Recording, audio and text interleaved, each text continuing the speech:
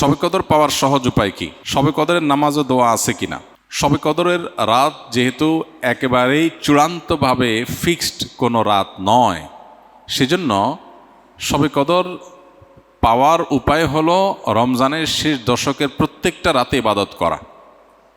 প্রত্যেকটা রাতে ইবাদত করার যদি সুযোগ না হয়, তাহলে কমপক্ষে বেজোড় রাতগুলোতে ইবাদত করা। নবী সাল্লাল্লাহু আলাইহি ওয়াসাল্লাম বলেছেন, তাহাররাউ লাইলাতুল কদরি ফিল বিত্রি মিনাল আশরিল আওয়াখিরি মিন রমাদান। রমজানের শেষ দশকের বেজোড় রাতগুলোতে তোমরা কদর তালাশ করবে। তার মানে এর মধ্যে যে কোনোটা হতে পারে।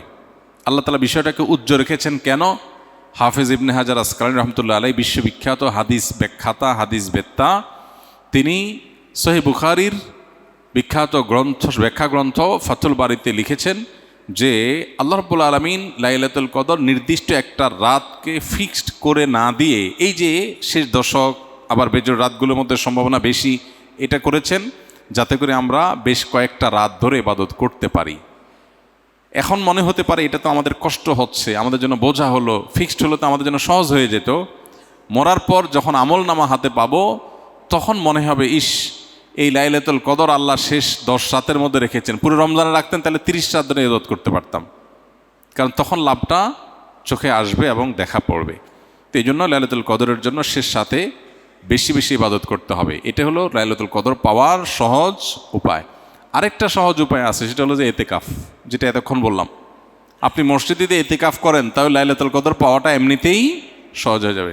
এমনকি এতেকাফকারী ব্যক্তি, যদিও শেষ দশকে নবী সাল্লাল্লাহু আলাইহি ওয়াসাল্লাম রাত জেগে থাকতেন, যদি কোনো কারণে তিনি ঘুমাতে হয়েছে, ঘুমিয়েছিলেন, তারপরে এতেকাফ করার ব্যক্তি ঘুমাইলেও সেটা ইবাদতের মধ্যে। বাসার ঘুম আর মসজিদে এতেকাফকারীর ঘুমের মধ্যে পার্থক্য আছে। মসজিদে অবস্থানটাই ইটসেলফ একটা ইবাদত। অতএব আপনি যদি চান যে আমার লাইলাতুল কদর মিস না হোক, তাহলে তার জন্য সবচেয়ে মোক্ষম সুযোগ এবং সবচেয়ে সহজ উপায় হলো এতেকাফ করা। এতেকাফ অত্যন্ত প্রেমময় একটি ইবাদত, যেটা খুব ভেতর থেকে ফিল করা যায়, আল্লাহর সাথে একান্তে কথা বলা যায়, অনুভব হবে যে আমি আল্লাহর ঘরে আছি, আল্লাহর ঘরে হাজির হয়ে গেছি। সবাই বের হয়ে যাচ্ছে, আমি বের হচ্ছি না, কারণ আমি আল্লাহর ঘরের বন্দি, নিজেকে বন্দি করে ফেলেছি। অন্যরকম এক ফিল আসবে ইনশাআল্লাহ বিসমিল্লাহ। শবে কদরের নামাজ ও দোয়া আছে কিনা? শবে কদরের অন্যতম আমল হলো রাতে দাঁড়িয়ে ইবাদত করা, নামাজ পড়া।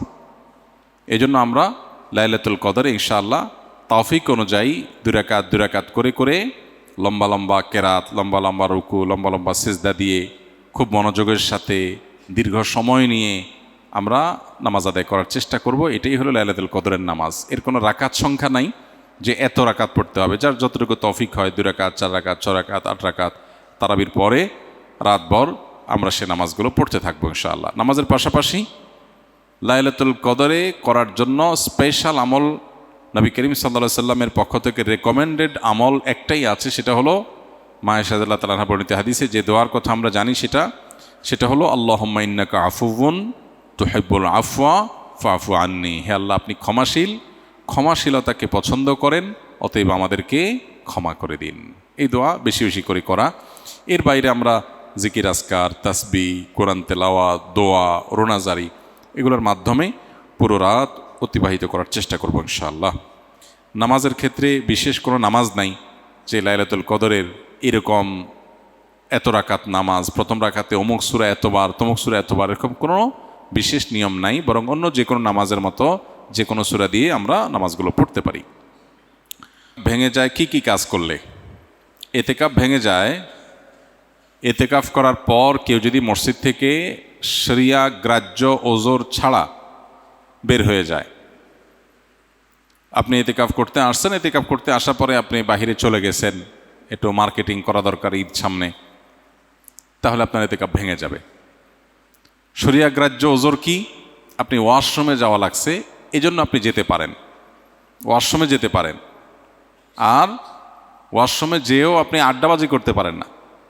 ওয়াশরুমে গেলেন, যে সেখানে আপনার দোস্তের সাথে দেখা, আরে দোস্ত কিরে কি অবস্থা, আপনি এতেকাফে আছেন, এটা আপনি করতে পারেন না। দ্রুততার সাথে ওয়াশরুমের কাজ সেরে চলে আসবেন। এর বাইরে মসজিদে যাওয়ার আমাদের নেসেসারি একেবারে খুব না হলে নয়, এরকম আমাদের ইম্পর্ট্যান্ট নিড বা প্রয়োজন আর কি আছে? খাওয়া দাওয়া আছে। খাওয়া দাওয়া আজকের যুগে বিশেষ করে এমন জায়গা খুব কম আছে যেখানে খাবার মসজিদে দিয়ে যাওয়ার মতো ব্যবস্থা একেবারে নাই। এরকম মানুষ খুবই কম। বাসা বাড়িতে লোকজন আছে, কেউ না কেউ খাবার দিয়ে যেতে পারে, কাউকে রিকোয়েস্ট করলেও কেউ দিয়ে যেতে পারে। অতএব এরকম ব্যবস্থা যদি থাকে তাহলে খাবারের জন্য বাইরে যাওয়া জায়েজ নাই। হ্যাঁ, কারোর যদি এরকম হয় অবস্থা যে তার খাবারের জন্য কেউ খাবার এনে দেওয়ার মতো নাই, তাহলে এরকম নিরুপায় যদি কেউ সত্যিই হয়, এরকম কোনো মসজিদ থাকে যে আশপাশে কোনো মানুষজন নাই, অনেক দূরে তার বাসা থেকে খানা আনার মতো কোনো মানুষ নাই, তাহলে তিনি খাবারের জন্য যেতে পারবেন, খেয়ে আবার চলে আসবেন। খাইতে গিয়ে আবার বাসায় আরেকটা খাজুরি আলাপ করতে পারবেন না। একবেলাকে আরেকবেলা খাবার সাথে নিয়ে আসলেন, এইভাবে না হলে নয়। এরকম নিড থাকলে শুধু বাইর হতে পারবেন। এছাড়া যদি তিনি বাইর হন তাহলে তার এতেকাফ ভেঙে যাবে। আর এমনিতে কিছু কাজ আছে যেগুলোর কারণে এতেকাফ ভাঙবে না, কিন্তু এতেকাফের কোয়ালিটি কমে যাবে, এতেকাফের গুণগত মান নিচে নেমে যাবে। সেগুলো কি? সেগুলো হলো এতেকাফে বসে আপনি শুধু ঘুমায় কাটালেন, 355 দিন অনেক কাজ কাম, অনেক ব্যস্ততা, ঠিকমতো ঘুমাইতে পারেন না।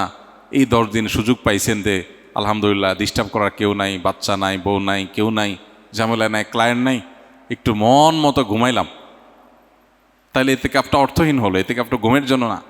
আবার আপনি এমন করলেন যে অন্য সময় বন্ধু বান্ধবের সাথে এত আড্ডা মারার সুযোগ পান না, 2-4 দোস্ত মিলে একসাথে কোনো এক মসজিদে এতেকাফে বসলেন, এবার একেবারে চুটিয়ে আড্ডা মারলেন।